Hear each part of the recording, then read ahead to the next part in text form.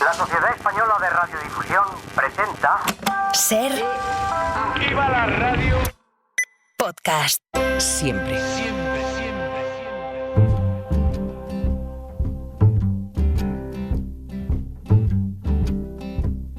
In the water, fire, I'll go wherever you go.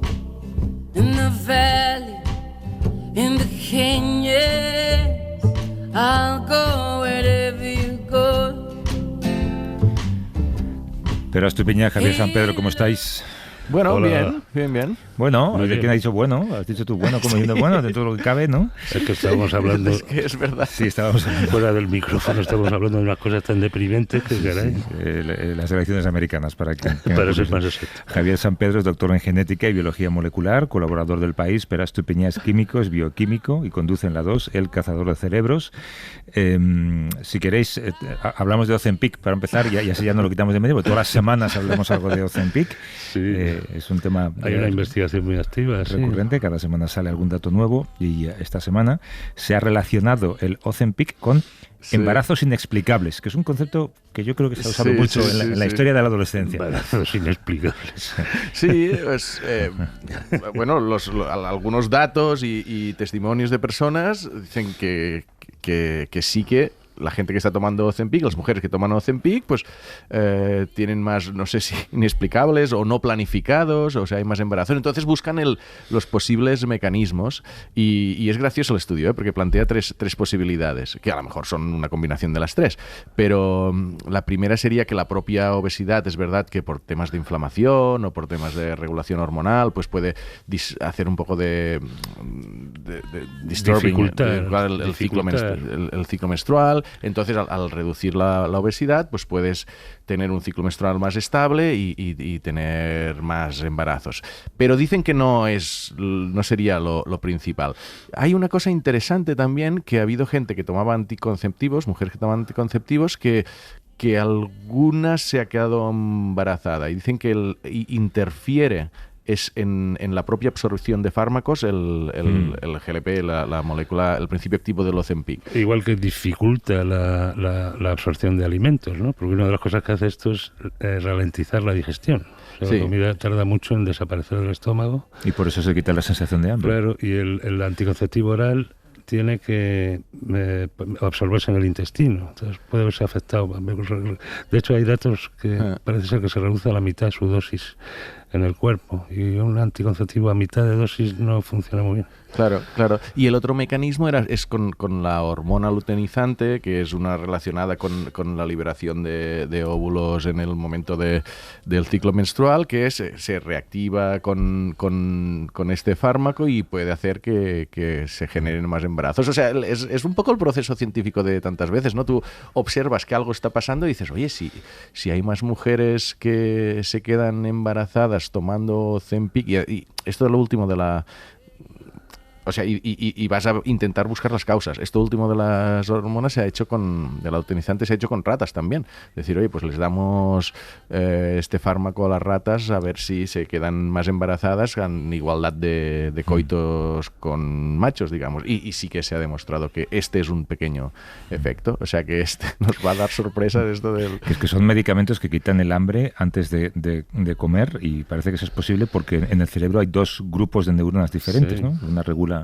Sí, este es un descubrimiento interesante. Sí, están en el hipotálamo, que es una especie de intercambiador de información entre el cerebro y el resto del cuerpo. Regula muchas hormonas, la luteinizante es una de ellas, por cierto.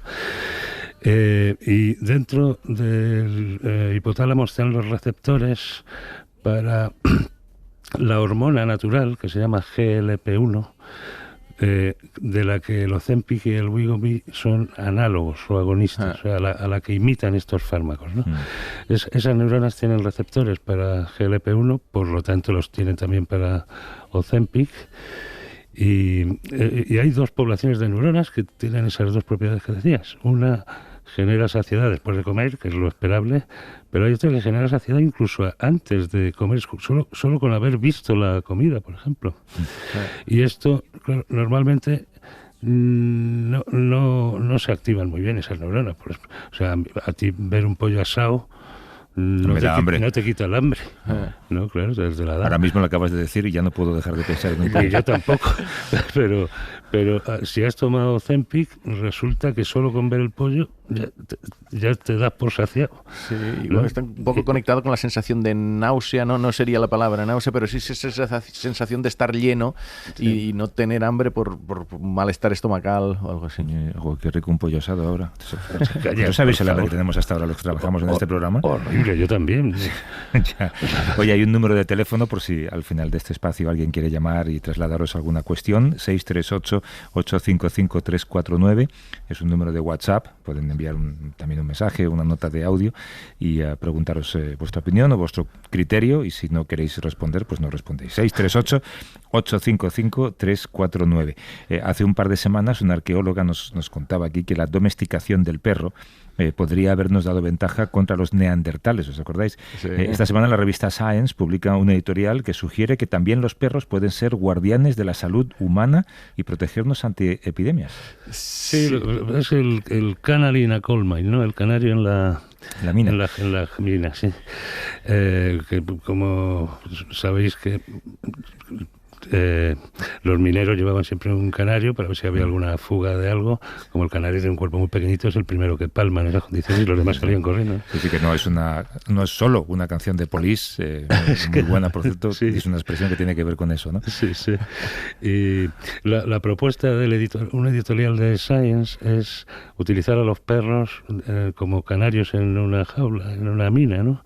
Puesto que están expuestos a los mismos tóxicos, contaminantes en el aire, no sé, alimentos con metales pesados, porque si el perro come lo mismo que tú, que es como hacen algunos dueños, vamos, otros les dan pienso y ahí puede ser distinto. Pero cualquier cosa que te afecte a ti le va a afectar al perro antes, ¿no? Y es una idea un poco utilitarista de utilizar a los perros para esto. Ya sabemos que además tienen utilidad oliendo algunas enfermedades, ¿no? Huelen varios tipos de cáncer de una manera muy fiable y que cumplen una función como animales de compañía en personas con soledad, vejez o alguna fase inicial de la enfermedad mental. Lo cual mejora la salud de esa persona, ¿no? Claro. Hace poco, Pera, nos contabas y hablábamos aquí de la polémica en torno a los ganadores de los últimos premios Rey Jaume I, del que fuiste jurado, si no recuerdo mal. Todos los ganadores eran hombres y una de las miembros del jurado nos contaba aquí que el problema no estaba en los premios en sí, sino en todas las etapas anteriores de la carrera científica que impiden que muchas mujeres lleguen a ser candidatas a ese premio. Hay una universidad holandesa que tomó hace 5 años una decisión radical y polémica también en su día, que era contratar solamente a mujeres, y se acaban de publicar los primeros resultados. ¿El balance que se hace cuál es? En realidad es positivo, ¿eh? Es verdad que hubo polémica inicial porque suena mal, suena necesario quizás, pero incluso para algunas mujeres esta discriminación positiva fue polémico en su momento. Es verdad que estaba justificado en el sentido que esa universidad, que es de ingeniería, era la que menos catedráticas tenía de todos los Países Bajos y una de las menores de Europa. Lo hicieron bien en el sentido que no... Creo que fueron como durante los primeros 6 meses de contratación anuales donde solo se podían contratar mujeres. No quiere decir, como profesoras, ¿eh? Y entonces el número total de mujeres durante estos 5 años que se contrataron creo que fuera como de 74 y 23 hombres. Es decir, que no es prohibido al 100% que haya algún hombre. Y entonces el número de mujeres como faculty, como profesoras, subió del 22% al 29%. Es decir, es algo progresivo, tampoco es que sea un cambio radical. Y lo importante es que han ido midiendo tanto el grado de satisfacción de ellas como de los compañeros, de si se han integrado bien, de si ha habido algún problema asociado a esto, y no ha habido ninguna. Es decir, que ha sido una medida un poco, para algunas personas quizás un poco drástica, pero que 5 años después ha conseguido lo que pretendía. O sea, que haya más mujeres, en este caso como profesoras de la facultad, y que todo funcione igual de bien o mejor. Ha habido como programas de mentoring, no ha sido solo eso, ha habido varias digamos, iniciativas en paralelo para hacer que todo este proceso sea positivo, y algunos lo valoran como decir, mira, en una cierta situación es una propuesta que puede funcionar. Sí, sí. El número que mencionábamos es el 638-855-349, si alguien quiere llamar ahora, y a ver si tenemos un momentito al final para escuchar sus llamadas. Hoy queríamos poner sobre la mesa una polémica científica que nos salpicaría a todos los habitantes del planeta, nunca mejor dicho, especialmente a los europeos.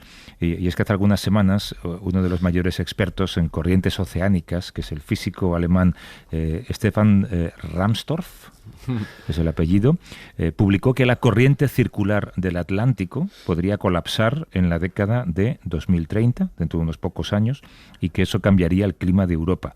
Se habla de hecho de una posible glaciación y de un caos climático y de nieve hasta las rodillas, básicamente de los Pirineos hacia arriba. Y nosotros pensando en Biden y el otro. Exacto, y por eso le decía a Juanjo antes que disfrute del paseo por la playa en Asturias, porque igual dentro de unos años tiene que ir con esquís. Tiene que ir con esquís. Marisa Montoya es catedrática de Física de la Tierra en la Universidad Complutense de Madrid, miembro del Instituto de Geociencias del CSIC, y además se dedica precisamente a la investigación de modelos climáticos. ¿Qué tal, Marisa? ¿Cómo estás? Hola, buenos días. Yo lo que acabo de leer me da un poco de miedo. ¿Son modelos climáticos realistas? Bueno, habría que matizar un poco la explicación. En realidad, todo esto se ha movido en Twitter, y yo no tengo Twitter, pero bueno, me ha llegado la información. Y lo que Stefan Rahmstorf tuiteó es que no que iba a colapsar la circulación oceánica a gran escala, que es la que nos preocupa, sino que había un conjunto de modelos que se consideran que son modelos, digamos, más fiables porque representan bien ciertas características del océano, y estos modelos mostraban un colapso de la convección, es decir, de un proceso, digamos, regional que tiene lugar en el Atlántico Norte, concretamente pues cerca del Mar de Labrador. Eso después, bueno, pues eso fue tuiteado, después hubo otras personas que lo tuitearon, y eso, digamos, ha habido una propagación de errores que ha dado lugar a que en muchos periódicos ahora pues se dice que va a colapsar la circulación oceánica de gran escala, cosa que puede ocurrir, pero no de aquí a dentro de unas décadas. Hay que decir que Stefan Rahmstorf fue tu jefe de tesis. No, fue mi jefe de postdoc. De postdoc. Sí. Cuando dices Twitter, ¿es porque lo puso en Twitter y no hubo más informes? ¿O? Lo puse en Twitter que iba a haber un colapso de la convección, y luego hubo un retuiteo, y eso después dio lugar a una entrevista donde yo creo que se sacaron las cosas un poco de contexto, pero en fin, no se espera en unas décadas un colapso de esta circulación a gran escala, y en cualquier caso, aunque hubiera un colapso de la circulación, digamos, en cientos de años, eso no da lugar a una glaciación. Una glaciación es un fenómeno mucho más complejo. Nos pilla un poco más lejos a lo mejor, ¿no? Sí. Vamos a empezar por el principio. Sí. La corriente circular del Atlántico. ¿Qué es? ¿Qué nos garantiza? Esta corriente, en realidad la traducción del inglés es algo así como la corriente, es muy difícil traducirlo, pero es como la corriente de giro del Atlántico.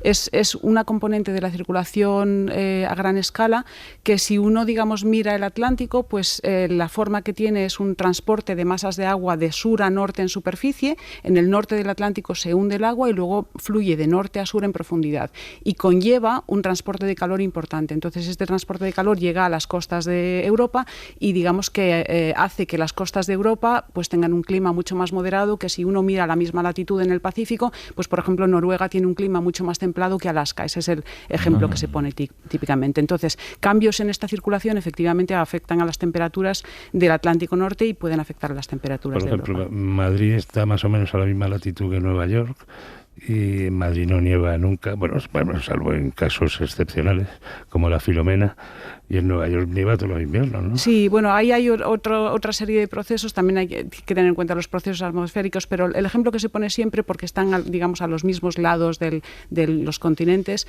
es Noruega y Alaska. Las costas, ¿no? Sí, al final. Sí. ¿Qué puede alterar esa corriente? Pues esa corriente altera, digamos que controla el transporte de calor hacia el norte, también digamos afecta al transporte de CO2 dentro del océano. Si se produce una reducción drástica de esa circulación, pues se captura menos CO2 y afecta a los gradientes de temperatura superficial. Entonces, si hubiera una reducción importante de esa circulación en el futuro, pues aparte de cambiar la temperatura, cambiarían los gradientes de temperatura, cambiaría las trayectorias del paso de borrascas y podría tener una influencia también en el nivel del mar. Se ve que, digamos, en los modelos donde se simula un colapso de esa circulación se produce un aumento del nivel del mar en las costas de América, sobre todo. Pero ¿cómo es? ¿Cómo se traslada ese calor del océano o frío del océano al calor o el frío de la atmósfera? Porque sí que, y además tú trabajas creo en paleoclima, o sea, con cosas del pasado, y sí que se ha demostrado que todas estas corrientes oceánicas, la del Atlántico, la de la Antártida, lo que sea, lo que hacen es como enfriarse por un lado y pasar ese frío más al Ecuador. O sea que si en el pasado quizás las corrientes eran diferentes, pues la diferencia entre el Ecuador y los polos era mayor o menor. O sea que sí, afecta muchísimo.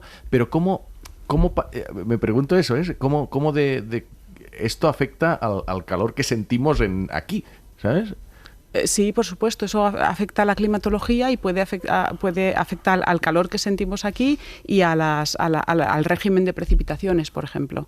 Lo que pasa es que para saber exactamente, digamos, cuál sería el cambio que se produciría, habría que ver cuánto es la ralentización de la corriente, digamos, cuánto CO2 habríamos tenido que emitir hasta que la corriente, digamos, se reduce o colapse en su caso.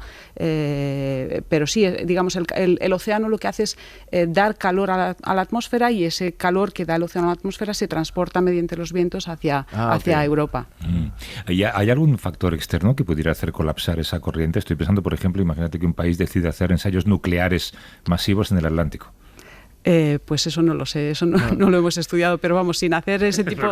Espero que no, pero sin hacer ese tipo de... Lo que estamos haciendo ya es suficiente, estamos aumentando la concentración de CO2 y eso, digamos, afecta a las temperaturas y aparte de eso, digamos, un aumento de la concentración de CO2 y un aumento de las temperaturas produce un mayor transporte de vapor de agua desde los trópicos hacia los polos, con lo cual llueve más a altas latitudes, que también, digamos, como reduce la salinidad de superficie de las aguas, reduce la densidad y eso afecta a la circulación y después el aumento de temperaturas afecta a la fusión de los mantos de hielo, concretamente Groenlandia, y eso es algo que también repercute negativamente. Bueno, con lo que estamos haciendo ya estamos haciendo y había hace un par de semanas había un artículo en Nature sobre geoingeniería, no sé si relacionado con lo que dice Javier, pues estos ensayos donde tiran aerosoles a la atmósfera para enfriar una parte, y creo que hicieron por el Pacífico Norte, por la parte de Seattle,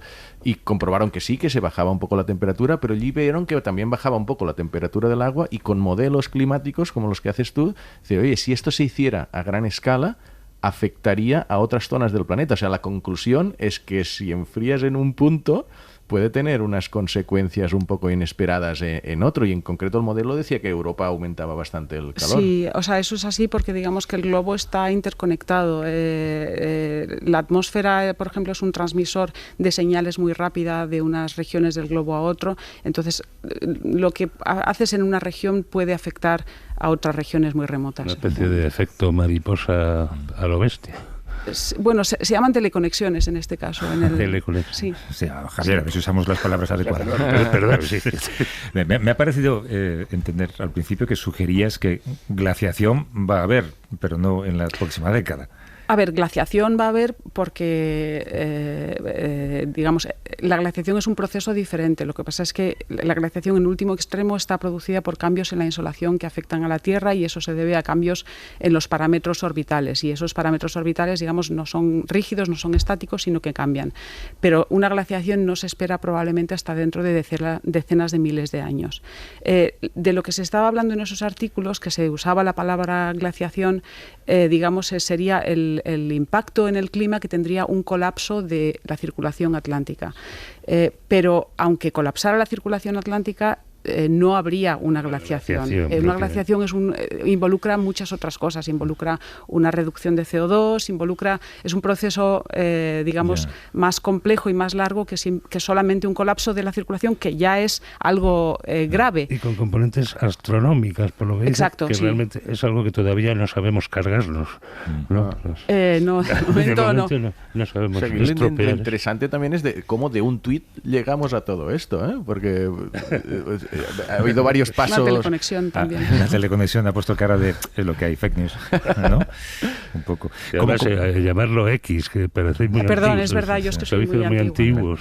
Que ¿Cómo se mide la evolución de las corrientes? ¿Hay dispositivos? ¿Hay estaciones marítimas? Sí, pues, en el caso de esta circulación de la que estamos hablando, en el año 2004 se pusieron en inglés se llama arrays, es una red de sensores que en algunos casos atraviesan el Atlántico a 26,5 grados norte, y en algunos casos están anclados al fondo del océano y miden temperaturas, salinidad y velocidad a lo largo de toda la columna de agua. Entonces, con eso se monitoriza el transporte de agua a distintas profundidades.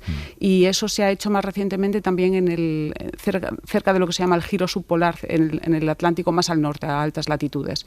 Lo que pasa es que esas medidas solamente existen desde el año 2004. Y supongo que afectan también a la fauna marina, que sigue esas corrientes de alguna manera, ¿o? Las corrientes en sí. Yo no me dedico a eso, pero el transporte de corrientes modifica el transporte de nutrientes y eso afecta a la biosfera marina y efectivamente. Hay una llamada que voy a aprovechar que estás, porque seguramente serás quien mejor puede responderla. Desde Madrid nos llama Sandra. ¿Qué tal, Sandra? Buenos días. Hola, buenos días. Pues adelante con la pregunta. Gracias. Antes que nada, muchas gracias. Estoy completamente emocionada de participar en el programa. Pregunta. Estoy viendo el comportamiento de las tormentas, que está cambiando. Antes las tormentas entraban pura y exclusivamente por el noroeste. Tú no tenías otra lluvia. De hecho, un señor de Zamora, que se dedica al campo, dijo: cuando la lluvia no viene de Galicia, problema. Y es lo que nos está pasando ahora. Las tormentas están entrando mayormente por el sur.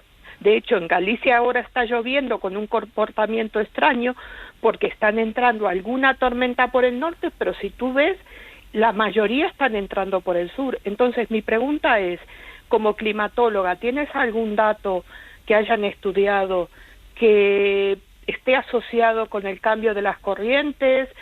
Puede ser un fenómeno puntual por el tema de que este año hay corriente del Niño, hay Niño, entonces sabemos que todo se cambia un poco.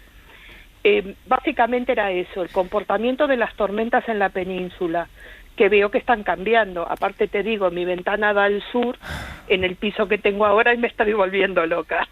Gracias. Ese es otro tema. Gracias, Sandra. Un abrazo. Gracias a ti. Un abrazo a vosotros. Hasta luego. Este es el nivel de los oyentes. Es pregunta para nota, Marisa. Bueno, yo creo que yo no debería responder a esa pregunta. Efectivamente, pero de los cuatro eres la que más sabe.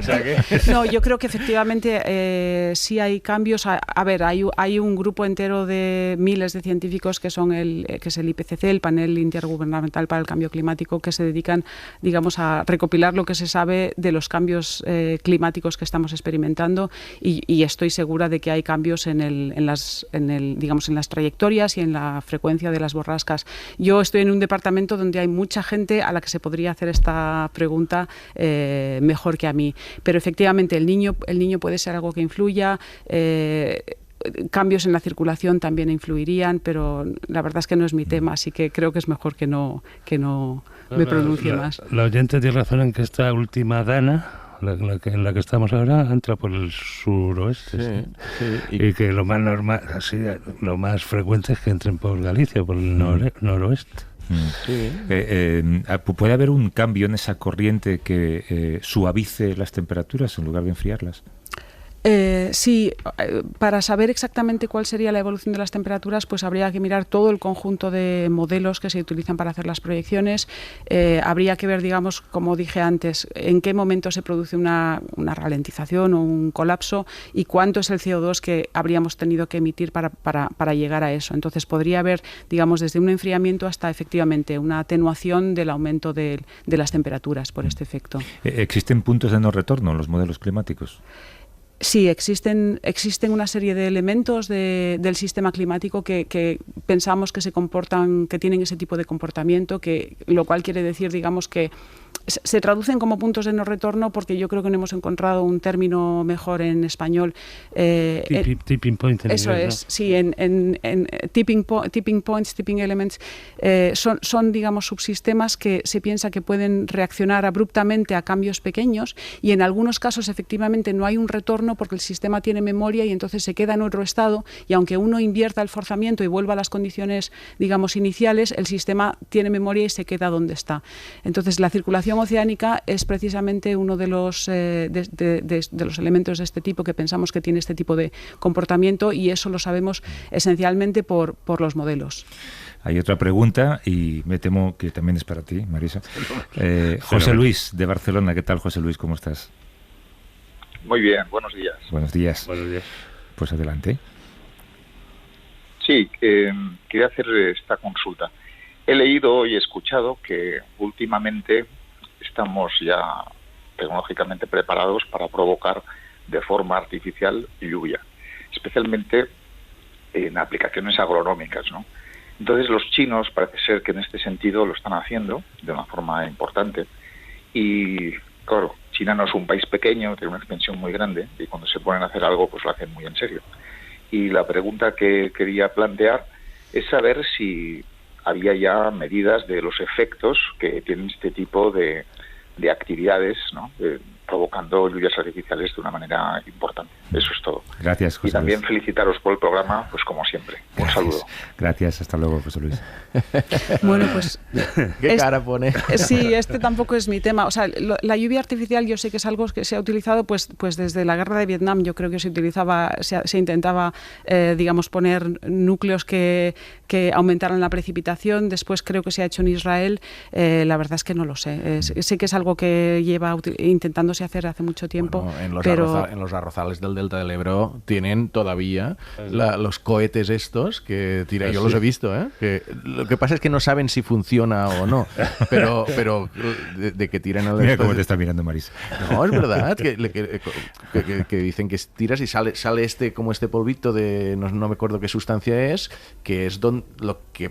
Porque al final una nube, ¿por qué empieza a llover? No, porque hay algo que agrupa la gota. Sí, lo que se hace es crear núcleos de condensación que digamos, favorecen la formación de pequeñas gotas que son las que forman las nubes, efectivamente. Pero sí, la pregunta que es relevante y está relacionada con lo de la geoingeniería que hablamos antes. Todo este esfuerzo de manipular el clima no está muy regulado. Y lo que sí que se está viendo, que es lo que comentabas tú, es que cuando tocas el clima en un sitio para decir, oye, ¿qué es se dijo que en China cuando hubo la inauguración de los Juegos Olímpicos también se hizo algo para evitar que lloviera ese día, ¿vale? O sea, cuando tocas algo del clima en un punto, pues puede afectar a... Jugar a Dios, que dicen los americanos, ¿no? Sí. ¿Cómo imagináis, cómo determináis el clima que hacía en el Paleolítico? Pues hay dos fuentes de información, de eso sí puedo hablar un poco. Hay dos fuentes de información esenciales. Una son los modelos, por una parte, pero antes de que existieran modelos ya existía, digamos, información indirecta, lo que se llama en inglés datos proxies, que son reconstrucciones del clima del pasado. Lo que conoce todo el mundo, por ejemplo, son los anillos de los árboles, que dan una indicación, digamos, de temperatura y de humedad, pero hay muchísimos otros testigos de hielo, sedimentos marinos. Entonces, bueno, pues hay distintos indicadores indirectos y lo que se hace es también hacer simulaciones climáticas y se comparan los resultados de los modelos para distintos periodos en el pasado con estos datos indirectos y la concordancia de los modelos con las reconstrucciones es una indicación de que, digamos, el modelo va por buen camino, aumenta la fiabilidad, la confianza que tenemos en el modelo. Tú te dedicas a la investigación de probablemente la mayor emergencia de la humanidad en este momento.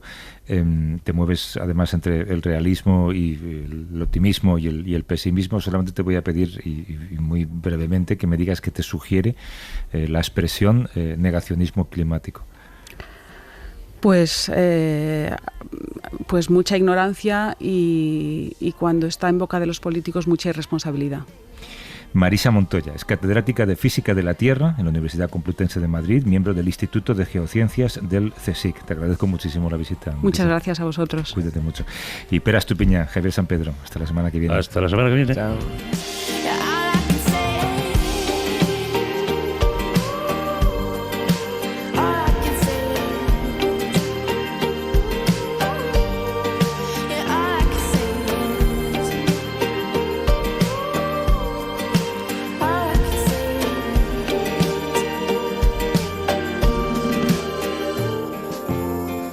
Para no perderte ningún episodio, síguenos en la aplicación o la web de la SER, Podium Podcast o tu plataforma de audio favorita.